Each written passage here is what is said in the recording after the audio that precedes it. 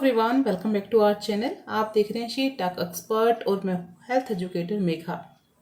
सो friend, आज हम बात करने वाले हैं ओवेरियन सिस्ट के बारे में कि ओवेरियन सिस्ट क्या होती है, क्यों होती है, इसके रीज़न क्या क्या होते हैं। क्योंकि फ्रेंड ये यूट्रस की जितने भी प्रॉब्लम है ये आपकी फर्टिलिटी को तो इफेक्ट करती ही हैं, साथ ही डिस्कम्फर्ट भी करती हैं और ये आपके आगे जाके आपकी जो यूट्रस से रिगार्डिंग जितने भी कॉम्प्लिकेशन है उसको क्रिएट कर देती हैं। सो यदि ये सारी प्रॉब्लम वैसे तो रिवर्सेबल है, अगर आपको कोई भी साइन सिम्टम दिखते हैं, अगर आप उन पे काम करते हैं, आप एग्जामिनेशन करवा लेते हैं तो ये इजीली रिवर्स हो जाती है। यदि आपने इन चीज़ों पे ध्यान नहीं दिया, कॉम्प्लिकेशन पे ध्यान नहीं दिया, साइन सिम्टम्स पे अगर आप ध्यान नहीं देते हैं तो ये आगे जाके काफ़ी कॉम्प्लिकेशन क्रिएट कर देती हैं। यहाँ तक कि कई बार सर्जरी की ज़रूरत पड़ जाती है, कई बार ये पूरे यूट्रस को निकालने की ज़रूरत भी पड़ जाती है। तो ये छोटे छोटे फिर चीज़ें हैं, यदि अगर आप इनको शुरुआती तौर पे ही अगर ध्यान देते हैं, क्योर करते हैं तो ये इजीली क्योरेबल भी होती हैं, साथ ही रिवर्सेबल भी होती हैं। सो आज हम देखेंगे फ्रेंड एक मेडिकल कंडीशन की जिसको हम ओवेरियन सिस्ट नाम से जानते हैं। तो देखेंगे कि ओवेरियन सिस्ट क्या होती है और ये क्यों होती है और इसको आप रिवर्स कैसे कर सकते हैं, क्योर कैसे कर सकते हैं। तो चलिए फ्रेंड्स, स्टार्ट करते हैं आज का हमारा वीडियो। आई होप आपको इससे इन्फॉर्मेशन मिलेगी। सो प्लीज़ इसको स्किप बिल्कुल मत कीजिएगा ताकि आपको जो इन्फॉर्मेशन है वो पूरी मिल सके, सही मिल सके। तो चलिए फ्रेंड्स, स्टार्ट करते हैं आज का हमारा वीडियो। डेफिनेशन बता देती हूँ कि ये जो ओवेरियन सिस्ट है वो होता क्या है। ओवेरियन सिस्ट का मतलब होता है फ्रेंड, हर महिला के पास 2 ओवेरीज होती हैं, अंडाशय जिसको हम हिंदी में अंडाशय बोल सकते हैं। तो वहाँ से हर महीने कुछ एग डेवलप होके उनमें से एक एग हर महीने निकलता है और यदि किसी महिला को कंसीव करना होता है तो वो कंसीव हो जाती हैं, या कंसीव नहीं होता है तो वो पीरियड्स के जरिए वो आपकी यूरेथ्रा से निकल जाता है, जिसको हम पीरियड्स बोलते हैं। ठीक है, सो बेसिकली एग होते हैं। ठीक है, तो ऐसे हमारी ओवरी में हर महीने छोटे छोटे कुछ एग बनते हैं ताकि वो ओवुलेशन के थ्रू बाहर निकल सकें। तो इसमें क्या होता है, जो उसमें कुछ फ्लूइड्स होता है, उनमें छोटे छोटे सैक होते हैं जहाँ पे एग बनते हैं, तो उनमें कुछ फ्लूइड भरा होता है, यानी पानी भरा होता है। सो वो क्या करते हैं फ्रेंड, ये वो इमेच्योर हो के वो सारे जॉइंट हो जाते हैं और वहाँ पे ऐसा लगता है कि वो पानी भर गया है। ठीक है, तो इसी कंडीशन को, इसी टर्म को हम मेडिकल टर्म में ओवेरियन सिस्ट बोला जाता है। यानी कि जो ओवेरी है, आपका जो अंडाशय है उसमें पानी भर जाना, सिस्ट जमा हो जाना, जो छोटे छोटे सैक है वो एक पॉकेट की जैसे हो जाता है, उसमें पानी जैसा दिखने लग जाता है। ठीक है, सो वैसे तो ये ज़्यादा कॉम्प्लिकेशन वाला नहीं होता है, बट अगर इसको शुरुआती में अगर ट्रीट नहीं करते हैं तो आगे जाके थोड़ा कॉम्प्लिकेशन हो सकता है। ठीक है, सो ये तो हो गया ओवेरियन सिस्ट। अब बात करते हैं फ्रेंड कि इसके साइन सिम्टम क्या। तो साइन सिम्टम की फ्रेंड बात करें कि लक्षण की बात करें कि क्या क्या लक्षण होते हैं, तो पहली बात तो इसका कैसा होता है फ्रेंड कि कई बार ये एसिम्टोमेटिक होती है। एसिम्टोमेटिक का मतलब होता है कि कुछ लक्षण ही दिखाई नहीं देते आपकी बॉडी पे। जब किसी के दौरान अगर आप ट्रीटमेंट पे जाती हैं या कोई भी महिला अगर अपना रूटीन चेकअप के लिए जाती है तो वहाँ जाके पता चलता है कि ओवेरियन सिस्ट हो चुका है। तो कई बार तो किसी महिला को लक्षण दिखाई ही नहीं देते हैं, उनका रूटीन लाइफ चलती रहती है। बट अगर कुछ हल्के फुल्के सिम्टम आते हैं, किसी को कुछ चेंजेज आते हैं, तो उसके बारे में हम, जो आमतौर पे चेंजेस आते हैं उसके बारे में हम बात करेंगे। तो सबसे पहले फ्रेंड, पीरियड्स रिगार्डिंग चेंजेस आना, पीरियड में किसी भी तरह का अल्ट्रेशन आना, पीरियड्स के आपको ज़्यादा आना, इरेगुलर होना, हैवी होना, तो ये स्ट्रॉन्ग इंडिकेशन हो सकता है। ओके, नेक्स्ट वन है फ्रेंड फ्रीक्वेंट यूरिनेशन, यानी कि आपको बार बार जाने की, यूरिनेशन जाने की, पेशाब करने की, आपको ऐसा लगता है कि आपको बाथरूम आने वाला है। तो ये भी एक इसका और जो सिम्टम्स है वो महिलाओं में देखा जाता है। नेक्स्ट वन है फ्रेंड कि वेट गेन होना।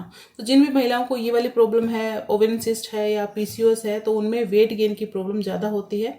नेक्स्ट सिम्टम्स होता है फ्रेंड कि बॉल मूवमेंट में यदि आप पोटी पे जाते हैं तब आपकी जो प्रोसेस है वो काफ़ी पेनफुल होता है, क्योंकि वहाँ पे ये एक बॉल मूवमेंट में पेन क्रिएट करता है। तो एक ये सिम्टम्स इसके कुछ महिलाओं में देखे जाते हैं। ठीक है, ये आम भी देखा जाता है।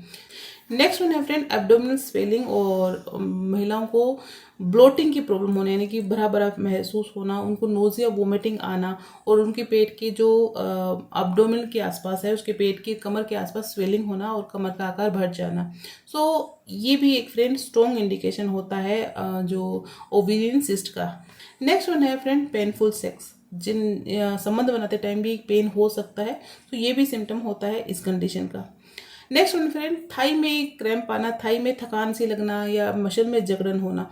तो ये ऐसे कुछ सिम्टम्स थे फ्रेंड, ये जो महिलाओं में अधिकतर देखने को मिलते हैं। ठीक है, तो ये सारे में अगर कुछ सिम्टम्स आ रहे हैं आपको और ये लगातार आपको कई टाइम से आ रहे हैं, कुछ महीनों से आ रहे हैं, तब आपको थोड़ा इसमें थोड़ा आपको ध्यान रखने की ज़रूरत है, चौकन्ना होने की ज़रूरत है, क्योंकि ये सारे सिम्टम्स होते हैं फ्रेंड, ये यूट्रस के और भी प्रॉब्लम्स में होते हैं। तो ये सिम्टम अगर लगातार आपको आ रहे हैं तो यूट्रस से रिगार्डिंग कोई प्रॉब्लम हो सकती है। तो ये सारे सिम्टम फ्रेंड इस ओवेरियन सिस्ट के भी होते हैं। ओके, सो इसमें कुछ वेट गेन हो गया, बॉल मूवमेंट हो गया, पेट में स्वेलिंग हो गया, तो इसके कुछ स्पेसिफिक, या पीरियड इरेगुलर हो गया, पेनफुल पीरियड हो गए, तो ये कुछ इसके स्पेसिफिक वो हैं, सिम्टम्स हैं। ओके, सो ये तो हो गया हमारे कि आपके बॉडी पे लक्षण कौन कौन से दिखाई देते हैं।